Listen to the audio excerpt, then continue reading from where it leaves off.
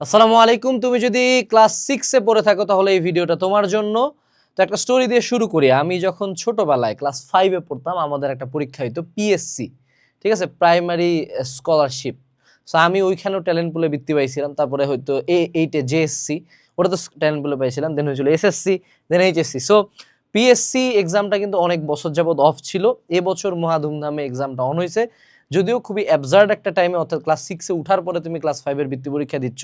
So যারা দিতে পারবা, কিভাবে পড়বা, প্রত্যেকটা সাবজেক্টের কোশ্চেনে কি কি আসবে, প্রতিটা আইটেম কিভাবে অ্যান্সার করবা, সেটার A to Z ভিডিও আজকের এখানে থাকবে। সো এই ভিডিওটা যদি তুমি পুরোপুরি দেখো, ইনশাআল্লাহ তোমার ক্লাস 5 এর স্কলারশিপ পাওয়ার সম্ভাবনা কয়েক গুণ বাড়ে যাবে। সো ভিডিওটা স্কিপ না করে পুরো ভিডিওটা দেখবা। অনলাইনে এত কমপ্লিট ভিডিও এখন পর্যন্ত কেউ বানায়নি। তো চলো শুরু করা যাক। সো আমাদেরকে প্রথমে বুঝতে হবে যে আমার কেন বৃত্তি পাওয়ার দিকে এত ফোকাস দেওয়া উচিত। প্রথমত মনে রাখবা, আমার জীবনে আমার যত কামাই ছিল, আমি কোটি টাকা কামাইছি, যা কামাইছি, কিন্তু কোনো কামাইয়ের ফাপড়টা মানে গরমটা ওই যে ক্লাস 5 এর বৃত্তির যে 3-4 হাজার 5 হাজার টাকা পাইছিলাম সেটার মতো না। মানে তখন মনে করো ওই যে ডাকে যে টাকাটা দিছিল, ওই টাকা নিতে গেলেই মনে হয় যে আরে এটা কঠিন ব্যাপার। পকেটে মনে করো 3,000 টাকা, কিন্তু ওই 3,000 টাকার গরম মনে করো 3 লাখ টাকার মতো। ঠিক আছে? সো আমাদেরকে মনে রাখতে হবে this is a status symbol. হ্যাঁ, খুব একটা যে কাজে লাগবে এমন না, কিন্তু এটার মতো স্ট্যাটাস সিম্বল কিছু নাই। 2 নাম্বার যেটা হলো, এটা হলো একটা কনফিডেন্স বুস্ট। যারা বৃত্তি পাবা তারা একটা হিউজ কনফিডেন্স বুস্ট পাবা। মনে রাখবা, যে ভালো স্টুডেন্ট তার জন্য ভালো রেজাল্ট করা ইজি, কিন্তু যে খারাপ স্টুডেন্ট তার জন্য ভালো রেজাল্ট করা খুব টাফ। কারণ ভালো স্টুডেন্ট কন্টিনিউয়াস একটা কনফিডেন্স থাকে, না আমি যেহেতু এটা পার হইছি তার মানে সামনেটা পারবো, তার মানে এটা পারবো। সো যে বৃত্তিতে পাবা সে বাই ডিফল্ট ইনশাআল্লাহ 6 এ ভালো রেজাল্ট করবা।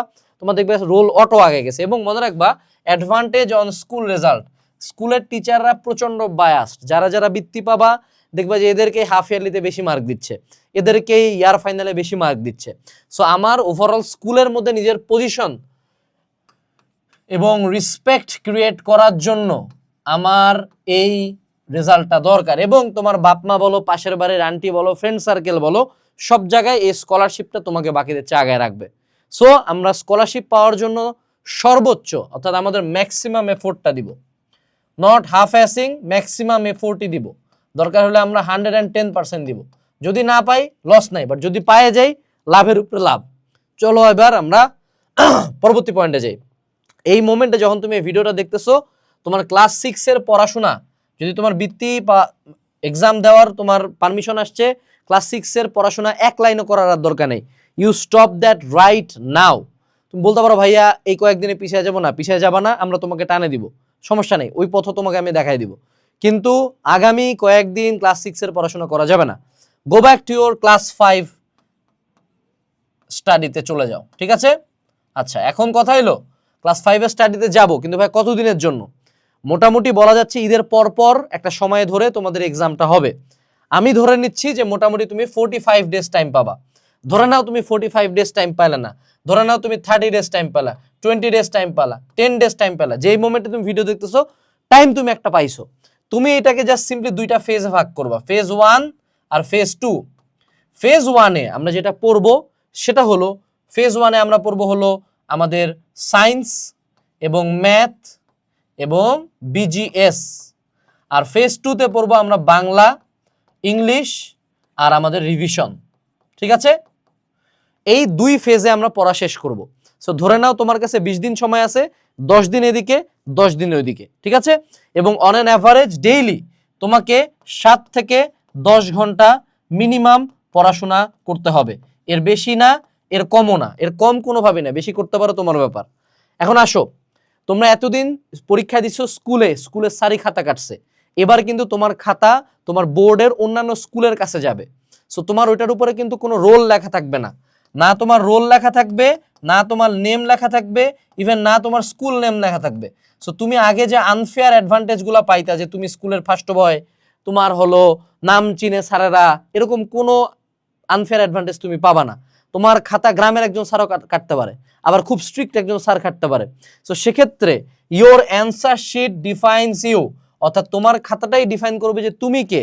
সো আমি এখন তোমাকে 5টা পয়েন্ট বলবো, যে 5টা পয়েন্ট খাতার মধ্যে রাখার চেষ্টা করবা, তাইলে খাতায় নাম্বার বেশি আসবে। ঠিক আছে? এগুলা পারলে নোট ডাউন করে নাও। পয়েন্ট নাম্বার 1 সেটা হলো সাইজ। অ্যান্সারের সাইজ বড় করে লিখবা, স্পেসিফিক্যালি বাংলা, বিজিএস যেগুলোতে বর্ণনামূলক সেগুলো বড় করে লিখবা। 2 হলো মার্কিং, মার্কিং মানে কি বি আর জি, নীল কালি দিয়ে লিখবা, সবুজ কালি দিয়ে আন্ডারলাইন করবা, ঠিক আছে। 3 নাম্বার হলো ছক করবা, প্যারা করবা এবং পয়েন্ট করে লিখবা। যে কোনো কিছুর বৈশিষ্ট্য লিখলে গড়ানে ব্যাখ্যা লিখবা না, পয়েন্ট করে লিখবা। কোনো কোশ্চেনের গ নাম্বারে 3টা প্যারা করবা, ঘ নাম্বারে 4টা প্যারা করবা। কোনো জায়গায় পার্থক্য লিখতে বললে সেটা ছক করে লিখবা। এর পরবর্তীতে সেটা হলো চিত্র। যে কোনো জায়গায় যদি সায়েন্সে চিত্র দেওয়ার অপশন থাকে, ম্যাথে যদি গ্রাফ দেওয়ার অপশন থাকে, চিত্র এবং গ্রাফ অ্যাড করবা, এটাতে তোমার খাতার লুকিং বেটার হবে। এর পরবর্তীতে ক্লিনলিনেস, ক্লিনলিনেস তোমার হাতের লেখা সর্বোচ্চ সুন্দর করার চেষ্টা করবা, কিন্তু যেই পাপটা করবা না, খাতার মধ্যে কাটাকাটি ময়লা অগোছালো লেখা করবা না, খাতা ক্লিন রাখবা, ঠিক আছে। এই কয়েকটা পয়েন্ট যদি তোমার খাতার মধ্যে থাকে, তুমি বাই ডিফল্ট দেখবা যে তোমার খাতায় নাম্বার বেশি আসতেছে। আর কিছু ছোটখাটো জিনিসপাতি যেমন প্রতি পেজে পিটিও লেখা, তোমার খাতাটাকে সুন্দর রাখা, এই জিনিসগুলাই তোমাকে ডিফাইন করে। ওকে, এইগুলা যদি তুমি ফিক্স রাখতে পারো, তুমি দেখবা বাই ডিফল্ট তোমার নাম্বার বেটার আসতেছে। কারণ টিচাররা যেটা করে, এক একটা খাতা অন অ্যান অ্যাভারেজ একজন টিচার 30 সেকেন্ড থেকে 1 মিনিটের মধ্যে খাতা কাটবে তোমার। সো টিচার সবকিছু পড়বে না, টিচার কিছু লাইন পড়বে। বাট যখন দেখবে যে একটা খাতা মোটা, মোটামুটি সুন্দর, কাটাকাটিবিহীন, তখন টিচার বাই ডিফল্ট নাম্বার বেশি দেয়, ঠিক আছে। এর পরবর্তীতে আসো, কোশ্চেন্স উইল বি কমন। মনে রাখবা তোমার ক্লাস 5 এর অর্ধবার্ষিক দিছো, বার্ষিক দিছো, ওগুলার জন্য যেগুলো ইম্পর্টেন্ট ছিল, এক্স্যাক্ট সেম কোশ্চেন তোমার পিএসসি বা তোমার এই যে প্রাইমারি স্কলারশিপ বা ক্লাস 5 এর বৃত্তি পরীক্ষার জন্য ইম্পর্টেন্ট। সো এখানকার কোশ্চেন খুব টাফ হবে না, কোশ্চেন্স খুবই খুবই খুবই প্রেডিক্টেবল হবে। এই জন্য তোমাকে বিগত বছরের কোশ্চেন অ্যানালাইসিস করতে হবে। এখন যদি তুমি এটা না করতে পারো, তুমি নিয়ে নিতে পারো আমাদের primary scholarship suggestion with solution. এখানে তুমি প্রত্যেকটা সাবজেক্টের সাজেশন পাবা, প্রতিটা টপিকের উপরে সলিউশন পাবা এবং প্রত্যেকটা সাবজেক্টের উপর বৃত্তি স্ট্যান্ডার্ড 5টা করে মডেল টেস্ট পাবা। এবং তোমরা যারা ক্লাস খুঁজতেছো, তোমাদের স্কুল স্কলারশিপের টোটাল পড়াশোনাটা, তোমরা কিন্তু অনেক দিন যাবত ক্লাস 5 এর পড়াশোনার সাথে কানেক্টেড নাই। সো এভরি সিঙ্গেল আইটেম নিয়ে, প্রত্যেকটা সাবজেক্ট নিয়ে আমরা কিন্তু একটা প্রাইমারি স্কলারশিপ প্রোগ্রাম রাখছি, যেটার মধ্যে এইটা তুমি ইবুক আকারে পাবা এবং কোর্সের সাথে বইটা নিলে 50% ডিসকাউন্টে কিনতে পারবা। আমাদের এখানে লেকচার শিট থাকবে, লাইভ ক্লাস থাকবে এবং লাস্ট টাইম ক্লাস 8-এ যারা আমাদের কাছ থেকে পড়ছে, তাদের মধ্যে প্রায় 600+ স্টুডেন্ট ক্লাস 8-এ বৃত্তি পাইছে এবং এদের মধ্যে প্রায় 200+ স্টুডেন্টস ট্যালেন্ট পুলে বৃত্তি পাইছে, যারা ক্লাস 8-এ আমাদের কাছে পড়ছে। সো তুমি যদি আমাদের কাছে না পড়ো, you will miss out a lot, এটা আমি গ্যারান্টি দিয়ে বলতেছি। সো যারা এটা নিতে চাও এখনই নিয়ে ফেলবা। কুপন হলো, যদি তুমি ঈদের আগে দেখে থাকো, তাহলে রামাদান 25% ডিসকাউন্ট। এবং আঙ্কেল আন্টি, আপনি যদি ভিডিওটা দেখেন, আপনার সন্তানকে এটা দিয়ে আপনি নিশ্চিন্তে থাকতে পারবেন এবং ও চাইলে TWT অর্থাৎ টক উইথ টিচার্স সাপোর্টে ইউজ করতে পারবে, টিচারদের সাথে সরাসরি কথাও বলতে পারবে। সো আপনি যদি ভিডিওটা দেখে থাকেন, আপনার স্টুডেন্টকে এটা কিনে দেন। এবং ও কিন্তু ক্লাসগুলা ফেসবুকে ঢুকে করতে হবে এরকম না, ও চাইলে আমাদের হালকেনস্টাইন অ্যাপের মধ্যেও ক্লাসটা করতে পারবে। সো ফোকাস নষ্ট হওয়ার কোনো অপশন নাই। ওকে, এর পরবর্তীতে আমাদেরকে মনে রাখতে হবে যে আমি যদি বৃত্তি পাইতে চাই, বৃত্তির রেজাল্টটা কিভাবে মেজরিটি অফ দ্য টাইম নির্ধারণ করা হয়। মনে রাখবা, জেলা বেসিসে, উপজেলা বেসিসে, থানা বেসিসে বৃত্তির সংখ্যা ডিফারেন্ট হয়, ছেলে মেয়ের জন্য আলাদা থাকে, বাট যেই মূলনীতিটা সকল বৃত্তি পরীক্ষায় মানা হয়। মনে রাখবা, বৃত্তিতে প্রথমে দেখবে যে তুমি টোটাল নাম্বার কত পাইছো, 4টা সাবজেক্ট মিলায়, 4টা পরীক্ষা মিলায়। এরপরে আমরা সবাই ভাবি যে হয়তোবা আমার সায়েন্সের নাম্বার দেখবে অথবা আমার অন্য একটা সাবজেক্টের নাম্বার দেখবে। সো আমরা এটা পুরোপুরি ভুল জানি। আমাদেরকে 1 নাম্বারে তারপরে দেখবে যে বাংলায় কে বেশি পাইছে, বাংলায় যদি দুজনের নাম্বার সমান হয়, তারপরে দেখবে যে ইংলিশে কে বেশি পাইছে, তারপরে দেখবে হলো আমার জেনারেল ম্যাথ বা আমার ম্যাথে কে বেশি পাইছে, লাস্টে আসে আমার বিজিএস আর সায়েন্সে কে বেশি পাইছে। এইটা হলো আমার সিরিয়াল। সো আমরা মেজরিটি অফ দ্য টাইম স্টুডেন্টরা যেটা ভুল করি, আমরা পুরা টাইম জুড়ে শুধু সায়েন্স নিয়ে পাগল হয়ে যাই, কিন্তু সায়েন্স এখানে কিন্তু মেজর সাবজেক্টই না। সায়েন্স আর বিজিএস মিলায় একটা এক্সাম, কিন্তু আমার বাংলা ইংলিশ সেপারেটলি এক্সাম হবে। সো মেজরিটি অফ দ্য স্টুডেন্টের বৃত্তি নির্ধারণ করে এই দুইটা সাবজেক্ট। সো আমাকে যদি এফোর্ট দিতে হয়, এই দুইটাতে দিতে হবে, কারণ আমরা এই দুইটা সাবজেক্টই সবচেয়ে কম পড়ছি, ঠিক আছে। সো বাংলা ইংলিশে একটা এক্সট্রা এফোর্ট দিতে হবে। বাট আমি যদি তোমাকে বলি, এই প্রাইমারি স্কলারশিপ সাজেশন এই কোর্সে ইবুক আকারে অ্যাড আছে, বা তুমি চাইলে এটা ম্যানুয়ালি কিনতে পারো, তুমি এই বই থেকে ইনশাল্লাহ 90%+ কমন পাবা, এটা আমরা ইনশাল্লাহ গ্যারান্টি দিয়ে বলতে পারি। কারণ তোমরা ক্লাস 8-এর প্রত্যেকটা পরীক্ষায় আমাদের সাজেশন, আমাদের ক্লাস থেকে হুবহু কমন আসে এবং এটা আমরা বলতে পারি যে আমাদের ক্লাসগুলো সবচেয়ে শর্টেস্ট। এরপরে আমরা যাব হলো সাবজেক্ট ওয়াইজ প্রিপারেশনের দিকে, ঠিক আছে। চলো আমরা শুরু করি। আমাদেরকে প্রথমে বুঝতে হবে যে বৃত্তি পরীক্ষায় কারা কারা আমরা অংশ নিতে পারতেছি। আমরা বৃত্তি পরীক্ষায় শিক্ষার্থীদের সর্বোচ্চ 40% অংশ নিতে পারবে। মানে কি রে ভাই? মানে হলো তোমার ক্লাসের সবগুলা সেকশনে কতগুলো স্টুডেন্ট আছে, ধরে নাও আমরা একটা অ্যাপ্রক্সিমেটলি আমাদের দিনাজপুর জেলা স্কুল অন অ্যাভারেজ প্রতি সেকশনে 60 জন করে স্টুডেন্ট থাকতো। আমাদের টোটাল 4টা সেকশন ছিল, তাহলে 4 6 24 240 জন। ঠিক আছে, 240 জনের সর্বোচ্চ 40%, তার মানে 240 জনের ইন্টু 40 ডিভাইডেড বাই 100, এই শূন্য কাটা এই শূন্য কাটা এই শূন্য কাটা এই শূন্য কাটা, তাহলে 4 24 96, অর্থাৎ মোটামুটি 96 জন এক্সাম দিতে পারবে। এখন 96 জনকে যদি এক্সাম দিতে হয়, এভারেজে আমার প্রতি ক্লাসে কতজন পড়ে? 96 ডিভাইডেড বাই 4। ঠিক আছে, সো 4 দুগুণে 8 আর হলো 4 4 16, সো মোটামুটি এই ক্লাসের 24 রোল, যারা হলো 24 রোল পর্যন্ত, বা আমরা বলতে পারি অ্যাপ্রক্সিমেটলি 20 রোল পর্যন্ত তুমি কনফার্ম। এখন এটা হলো আমার দিনাজপুর জেলা স্কুলের ক্যালকুলেশন দিলাম। এখন কারো স্কুলে যদি ধরে নাও যে তোমরা মাত্র 30 জনই আসো, হ্যাঁ 30 জনের মধ্যেই তোমরা একটাই সেকশন তোমাদের, তাহলে এটাকে তখন তুমি 40 দিয়ে গুণ দিবা, 40 ডিভাইডেড বাই 100, সো মোটামুটি 12 জন। হ্যাঁ, তাহলে তখন তোমার হলো 12 রোল পর্যন্ত তোমার ক্লাসের এক্সাম দিতে পারবে। সেইভাবে করে তুমি আগে বের করো যে তুমি এক্সাম দিতে পারবা কিনা। যদি এক্সাম দেওয়ার লিস্টে থাকো, তাইলে তোমাকে ফুল অন প্রিপারেশন শুরু করতে হবে, একদম হার্ট অ্যান্ড সোল পড়াশোনা দিতে হবে। এরপরে যদি আমরা চলে আসি, আমাদের কি কি বিষয়ে এক্সাম হবে? আমাদের বাংলা, ইংরেজি, ম্যাথ এবং বিজ্ঞান প্লাস বিজেএস একসাথে হবে। সো এটাতে একটা এক্সাম হবে, এটাতে একটা এক্সাম হবে, এটাতে একটা এক্সাম হবে, আর এই দুইটা মিলায় কম্বাইনলি একটা এক্সাম হবে। এটাতে তখন 50% মার্ক থাকবে, এটাতে তখন 50% মার্ক থাকবে। ঠিক আছে, অর্থাৎ সবগুলো 100 করে 400-র মধ্যে আমাদের এক্সাম হবে। ওকে, আচ্ছা এরপরে আসো আমরা যদি এখন এক্স্যাক্টলি সাবজেক্ট নিয়ে কথা বলি। আমাদের প্রথম যে সাবজেক্টটা, যেটা হলো আমাদের মেইন বটলনেক, সেটা হলো বাংলা। বাংলাটা কিন্তু আমরা মোটামুটি অ্যাভারেজে কম পড়ি। সো আমাদেরকে প্রথমে যে দেখি যে কি কি কোশ্চেন আসতেছে। আমাদের একটা সবচেয়ে বড় একটা রচনা লেখার আগে সবচেয়ে বড় যে মার্কটা, সেটা হলো কবিতা, কবি ও কবিতার নাম সহ কবিতার প্রথম 8 লাইন লেখা। মনে রাখবা তোমার বইয়ের সব কবিতা ইম্পর্টেন্ট না, সো এটার জন্য তুমি যে কোনো একটা সাজেশন ফলো করবা এবং এটা ঠাড়া মুখস্থ করবা। ঠিক আছে, কবিতা কিন্তু ঠাড়া মুখস্থ, স্পেসিফিক্যালি দাড়ি কমা বা হলো আমাদের যে জ্যোতিচিহ্ন, এই জিনিসগুলা কিন্তু টিচাররা নোটিস করে। ওকে, গেল। দ্বিতীয় যেটা, সেটা হলো শব্দার্থ লেখন। এটাও তুমি হলো পার চ্যাপ্টারে শব্দার্থগুলো সব পড়ে যাবা, আর যদি সব না পড়তে পারি তাহলে আবারও আমাকে সাজেশন ফলো করতে হবে। ঠিক আছে, এরপরে বাক্য গঠন, এটা মোটামুটি পারা যায়। বাক্য গঠন এটা হলো প্র্যাকটিসের উপরে। আর শূন্যস্থান পূরণ, যেটা এই শূন্যস্থান পূরণটা হলো রিডিং এর উপরে। মূল বই রিডিং দিবা, রিডিং দ্য মেইন বুক। এরপরে আসি আমাদের বহু নির্বাচনী প্রশ্নের উত্তর লেখন। এটা মোটামুটি একটু ক্রিটিক্যাল। এটারও স্ট্র্যাটেজি হলো মূল বই আমাকে রিডিং পড়ে যাইতে হবে, অর্থাৎ আমার শূন্যস্থান পূরণ এবং বহু নির্বাচনী প্রশ্নের উত্তর দুইটাই আমাকে মূল বই রিডিং পড়াটা বেশি সাজেস্টেড। এরপর হলো বিপরীত শব্দ বা সমার্থক শব্দ। এই কোশ্চেনটার জন্য আমরা ফুললি সাজেশন ডিপেন্ডেন্ট হব। এটা ডিরেক্টলি প্রেডিক্ট করা যাবে যে কি দিবে। সংক্ষিপ্ত প্রশ্নের উত্তর, বিস্তৃত প্রশ্নের উত্তর, এই দুইটার জন্য মেজরিটি অফ দ্য টাইম তোমরা সাজেশনের উপর ডিপেন্ডেন্ট হবা, বাট রিডিং, মূল বই রিডিংও দিব, সাথে হলো আমরা সাজেশনও পড়ব। এখন দেখো, এই যে সংক্ষিপ্ত প্রশ্নের উত্তর, এটা ট্রাই করবা হলো যেহেতু 2 মার্ক, হ্যাঁ 2 থেকে 3 লাইনের বেশি না। ওকে, আর বিস্তৃত প্রশ্নের উত্তর যেহেতু এটাতে হলো 5 মার্ক, এইটা মোটামুটি এভারেজে 1 থেকে 1.5 পেজ লেখার চেষ্টা করবা, যেহেতু 5 মার্ক। ঠিক আছে, আর যদি তোমাকে পয়েন্ট করে লেখো বা প্যারা করে লেখো, তাহলে পয়েন্ট লিখলে অ্যাটলিস্ট 5-এর বেশি পয়েন্ট দিবা। ঠিক আছে, 6টা 7টা 8টা যা দিবা, এবং প্যারা করে লিখলে অ্যাটলিস্ট 5টা প্যারা করবা, 5 প্যারা স্ল্যাশ পয়েন্ট, মিনিমাম 5+। কবিতা ও গদ্য অনুচ্ছেদের মূলভাব লেখন, এটা directly predictable from suggestion.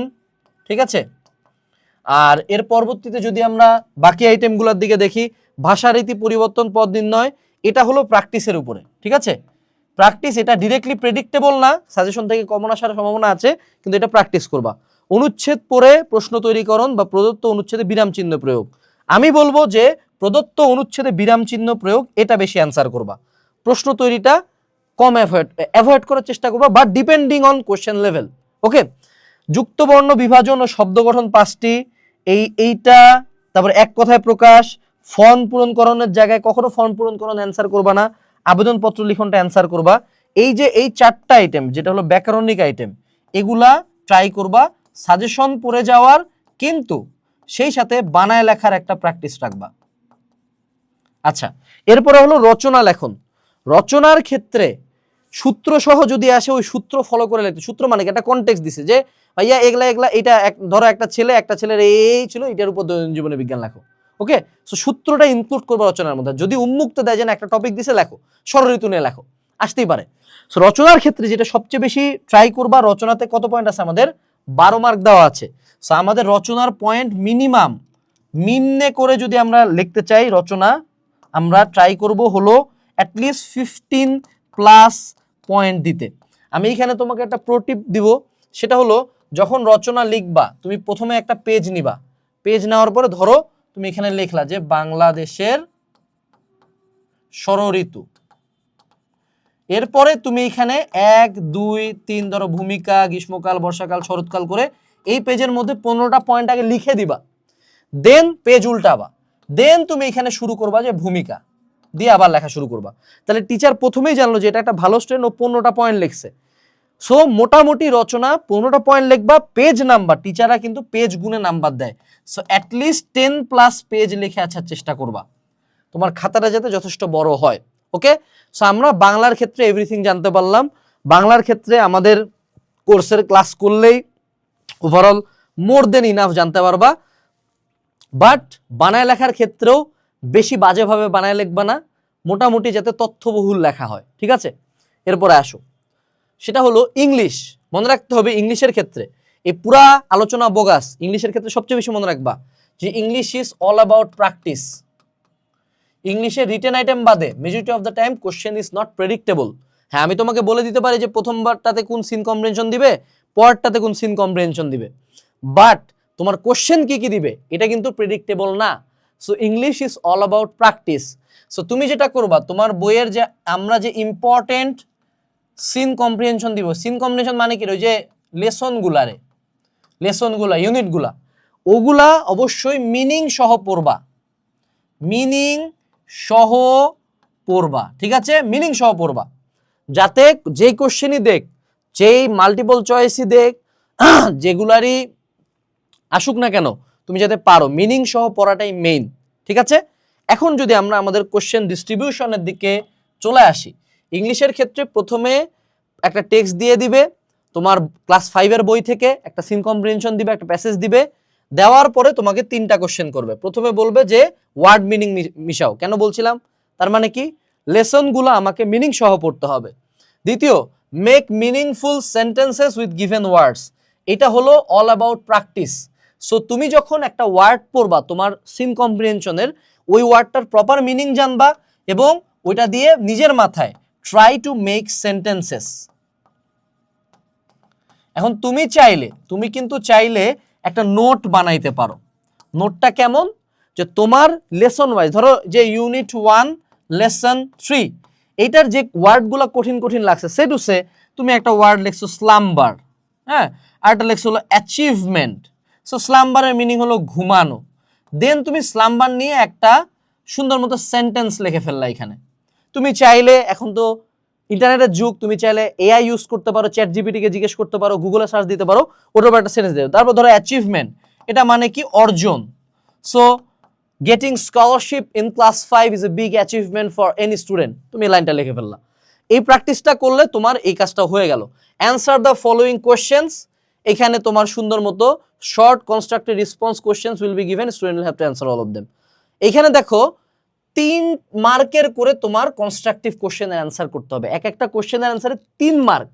So তুমি যদি এই ভুলটা করো, মেজরিটি স্টুডেন্ট যে ভুলটা করে, যে ও হলো এই যে প্যাসেজ যেটা দিছে, প্যাসেজ থেকে হুবহু লাইন কপি করে, হুবহু লাইন তুলে দেয় এবং এক লাইনে অ্যান্সার করে।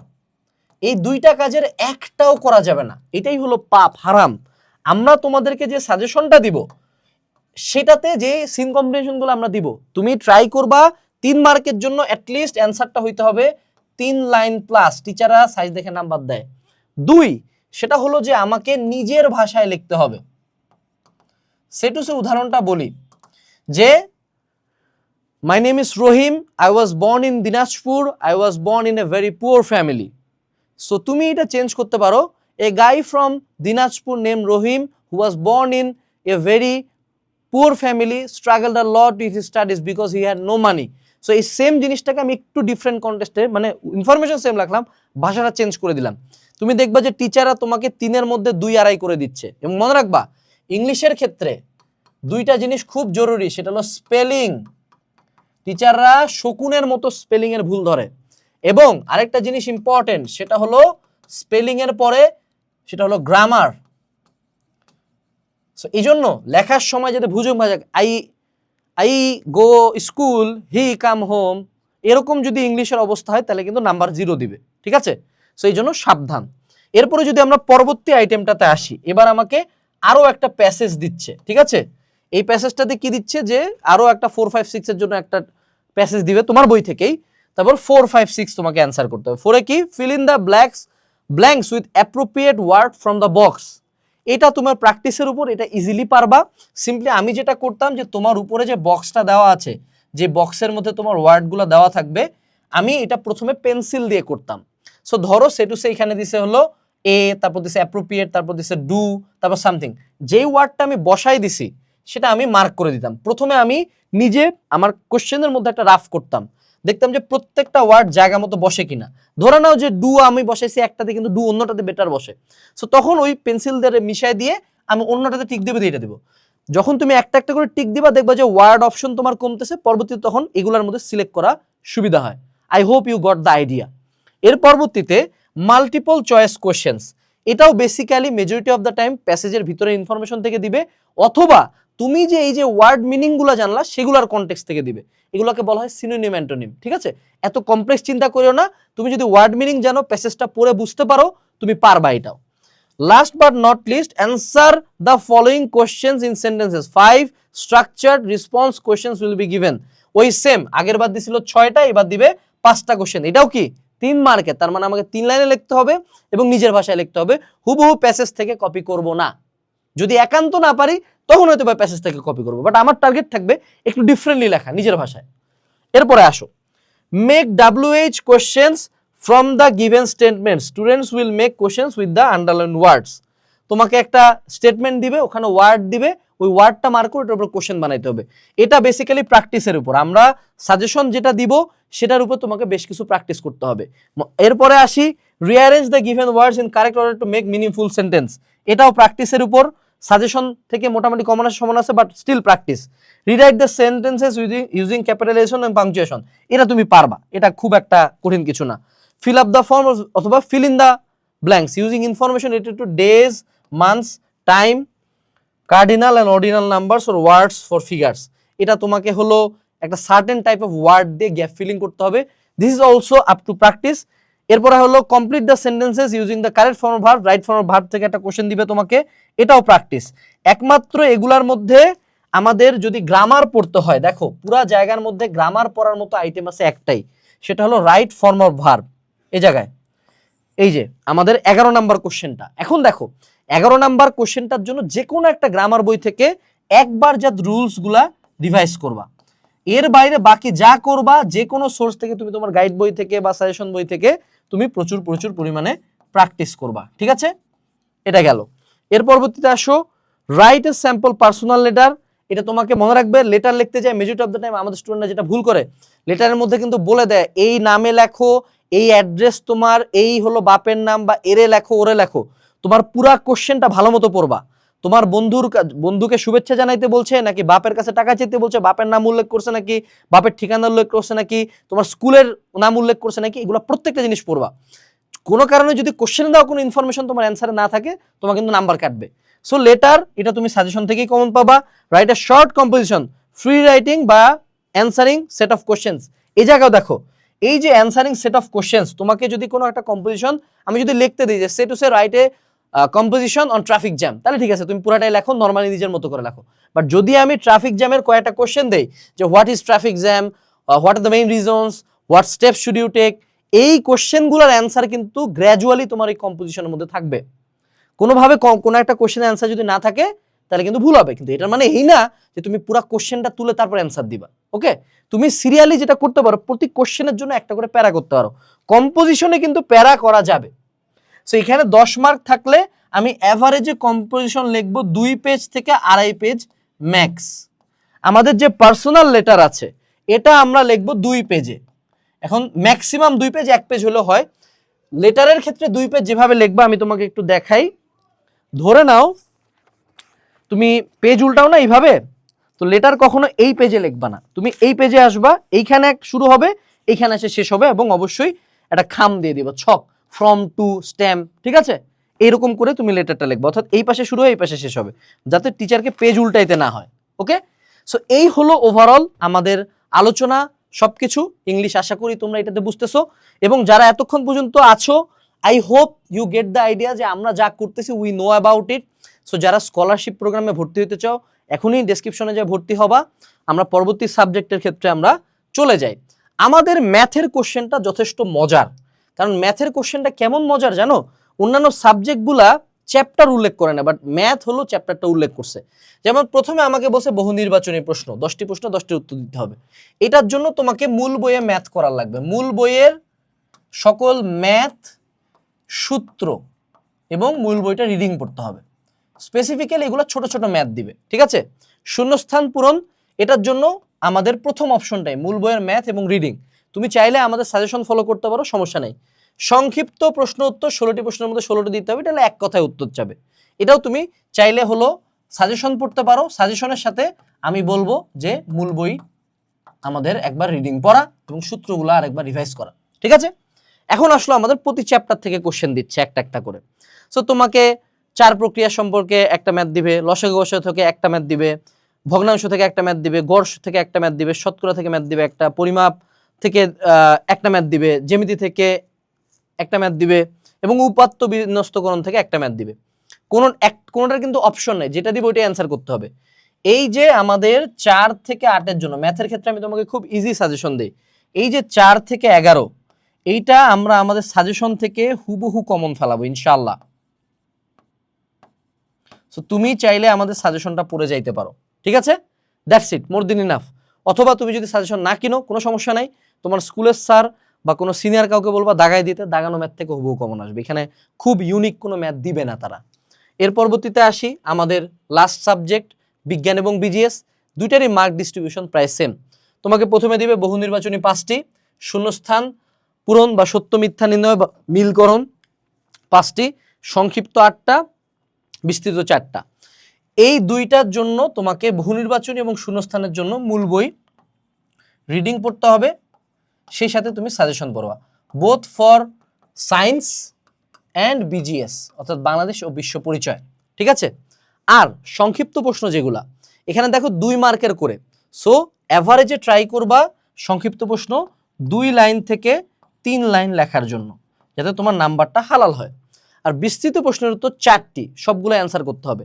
তোমার এই সংক্ষিপ্ত প্রশ্ন এবং বিস্তৃত প্রশ্ন এটার জন্য তোমার মূল বই লাগতেছে, রিডিং পড়তে হচ্ছে প্রথম 2টা আইটেমের জন্য। পরবর্তী 2টা আইটেমের জন্য তুমি সোললি আমাদের সাজেশন বা আমাদের ক্লাস থেকে পড়তে পারো, অথবা যদি এগুলো কোনোটাই না থাকে তুমি চাইলে কোনো একটা গাইড বই থেকে যে কোশ্চেনগুলো তারা বারবার সাজেস্ট করছে সেগুলো পড়তে পারো। বড় বিস্তৃত প্রশ্নের উত্তরের ক্ষেত্রে মনে রাখতে হবে যেখানে তোমাকে 6 মার্ক দেওয়া হচ্ছে, 6 মার্ক একটা কোশ্চেনের জন্য। সো অ্যাভারেজে পার কোশ্চেনের অ্যান্সার মিনিমাম 1 পেজ থেকে 1.5 পেজে যাবা, 2 পেজ গেলে খুব ভালো, অর্থাৎ বড় করে লেখার চেষ্টা করবা। টিচার কিন্তু ওই অনুযায়ী নাম্বার দিবে, কিন্তু মনে রাখতে হবে এখানে কিন্তু সায়েন্সও পড়ে যেতে হবে একই দিনে, বিজিএসও পড়ে যেতে হবে একই দিনে। সো প্রিপারেশনের ক্ষেত্রে যেদিন তোমার আগের দিন পরীক্ষা হবে তুমি সাজেশন অনুযায়ী বইয়ের মধ্যে সবকিছু দাগায় রাখবা। দিনের হাফ টাইম অর্থাৎ 12 ঘন্টার মধ্যে তুমি সায়েন্স শেষ করে দিবা, 12 ঘন্টার মধ্যে আমার বিজিএস শেষ করে দিবা। এবং আরেকটা বিষয় তোমাকে প্রো টিপ দিয়ে দেই, যে জিনিসটা তোমরা পরীক্ষার হলে ভুল করবা একটা জিনিস, সেটা হলো বিজিএস এর উত্তরগুলা কিন্তু বড় হবে, অর্থাৎ বিজিএস এ কিন্তু আমার লিখতে মোর টাইম লাগবে। সো তুমি যখন পরীক্ষার হলে এক্সামটা দিবা সেটা হচ্ছে তোমার 1 ঘন্টা টাইম, বিজিএস এর রাখবা 40 মিনিট, সায়েন্সের রাখবা 20 মিনিট, কারণ সায়েন্স হলো বিজ্ঞানের কোশ্চেন, ব্যাখ্যা ট্যাখ্যা অত লাগে না, মোটামুটি ঠিকঠাক লিখলেই পারা যায়। সো সায়েন্সের ক্ষেত্রে তুমি যদি 1 পেজে অ্যান্সার লেখো তাহলে ঠিক আছে, বিজিএস কিন্তু বহুত বর্ণনা টর্ণনা ভুজুং ভাজাং দিয়ে লিখতে হয়। সো এইটার ক্ষেত্রে আমরা এই জায়গায় 60% টাইম রাখবো যদি টোটাল টাইমের, এবং 40% টাইম রাখবো হলো আমরা সায়েন্সের ক্ষেত্রে।